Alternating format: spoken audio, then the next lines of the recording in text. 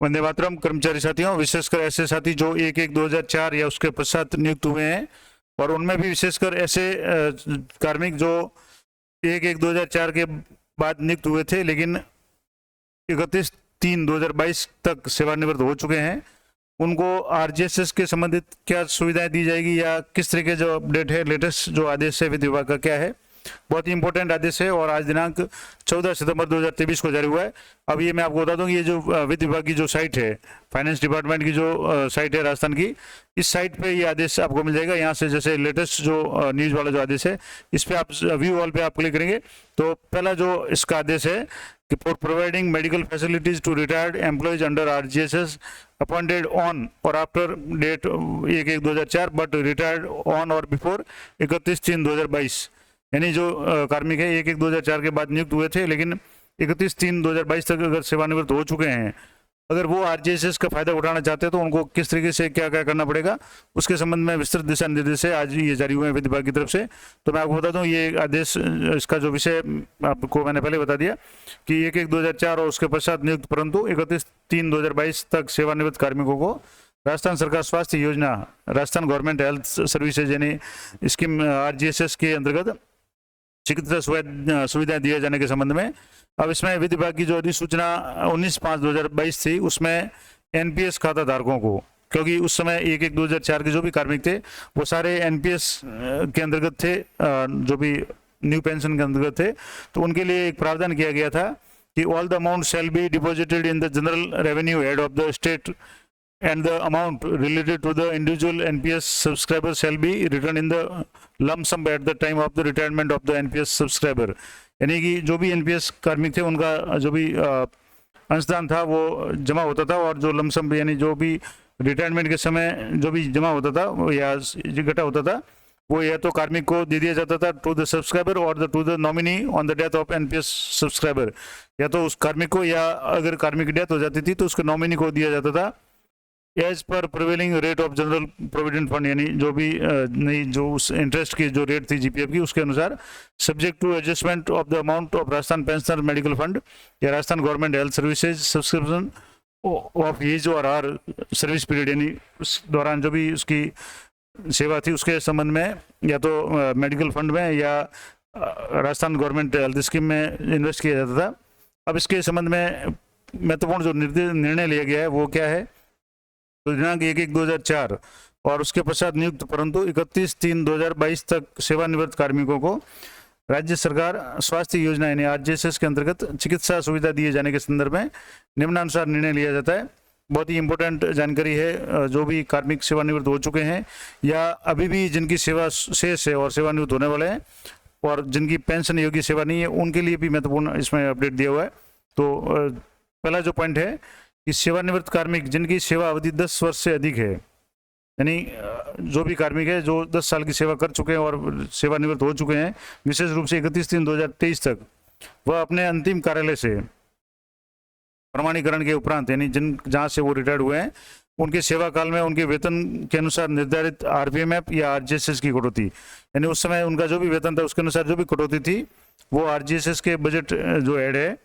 8342001206 में जमा करवाएं। जाने पर निर्धारित प्रक्रिया का पालन करते हुए उन्हें आरजीएसएस कार्ड जारी किया जा सकेगा। यानी जो भी कटौती उनके वेतन से होनी थी, अगर वो कटौती जमा करा दें अभी बजट एड में, तो उनको आरजीएसएस कार्ड जारी किया जाएगा और आरजीएसएस की जो भी सुविधाएं हैं वो मिलेगी। और इसमें लिखा होगा एवं उक्त सेवानिवृत्त कार्मिक राज्य सरकार के अन्य सेवानिवृत्त कार्मिकों के अनुरूप,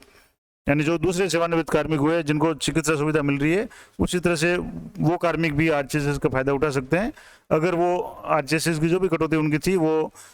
इस बजट हेड में जमा करा दें। तो एक तो ये इम्पोर्टेंट जो भी आदेश है कि जो सेवानिवृत्त हो चुके हैं और जिनकी सेवा अवधि 10 वर्ष से अधिक रही है उनके लिए। दूसरा इंपॉर्टेंट पॉइंट है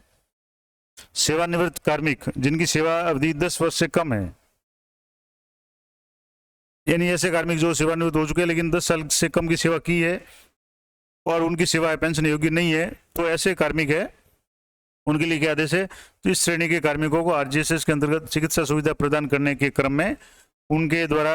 बोर्ड या निगम के पेंशनरों की भांति, यानी जो एसएबी के जो निगम वगैरह के जो भी पेंशनर होते हैं उनकी भांति या जो भी अंतिम कार्यालय जिनका होगा वहां से प्रमाणीकरण के उपरांत निर्धारित अंशदान 10,500 रुपये की 10 वर्ष की राशि, यानी 1 साल के 10,500 के हिसाब से 10 वर्ष की राशि है वो 1.05 यानी 1,05,000 जो या 500 रुपये जो भी लाख है एक मुश्त जमा कराए जाने पर बोर्ड या निगम के सेवानिवृत्त कार्मिकों की भांति उनको भी 10 लाख रुपए प्रति वर्ष प्रति परिवार आईपीडी यानी कि जो अभी कार्मिकों को जो सुविधा मिलती है आईपीडी यानी इंडोर जो पेशेंट है उनके लिए जैसे 10 लाख की सुविधा अभी आरजेएसएस कार्मिकों को मिलती है। अगर कोई कार्मिक सेवानिवृत्त हो चुका है और 10 साल से कम उसकी सर्विस है और अगर वो 10,500 रुपये प्रति माह के हिसाब से 10 महीने के 1 लाख से रुपये वो जमा करा दे तो उनको भी इस कैटेगरी में शामिल कर दिया जाएगा। आरजेएसएस का फायदा मिलेगा। फायदा क्या मिलेगा कि 10 लाख तक का आपको आरजेएसएस के अंतर्गत फ्री इलाज है आईपीडी के तहत और 20,000 रुपये ओपीडी के तहत, यानी साल के जो भी ओपीडी का दवाई वगैरह का जो भी उसके लिए 20,000 रुपये उनको जो भी फायदा मिलेगा। और जो चिन्हित गंभीर बीमारियों में यथा आवश्यकता पड़ने पर ओपीडी की सीमा को भी निम्नानुसार या नियमानुसार जो भी है वो उसको बढ़ाया जा सकेगा। तो ये महत्वपूर्ण अपडेट है, विशेषकर ऐसे जो भी कार्मिक उनके लिए महत्वपूर्ण है जो सेवानिवृत्त हो चुके हैं और जिनकी सेवा पेंशन योग्य नहीं है, यानी 10 साल से कम सेवा की है और सेवानिवृत्त हो चुके हैं और 1/1/2004 के बाद में लगे थे।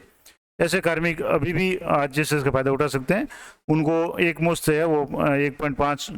लाख रुपए जो भी है वो जमा कराने पड़ेंगे और इसका जो बजट हेड दिया हुआ है इस बजट हेड में जमा कराने के बाद में उनको भी आरजेएसएस कार्ड जारी हो जाएगा और उनको प्रतिवर्ष 10 लाख रुपए आईपीडी का फायदा मिलेगा और 20,000 रुपये ओपीडी का फायदा जो सामान्य अभी कार्मिक जिनको भी आरजेएसएस का फायदा मिल रहा है उस तरह की सारी सुविधा उनको भी प्राप्त हो जाएगी। इस तरह से जो पहला आदेश था जिसमें ऐसे कार्मिक जिनकी 10 वर्ष से अधिक सेवा है और सेवानिवृत्त हो चुके हैं तो वो भी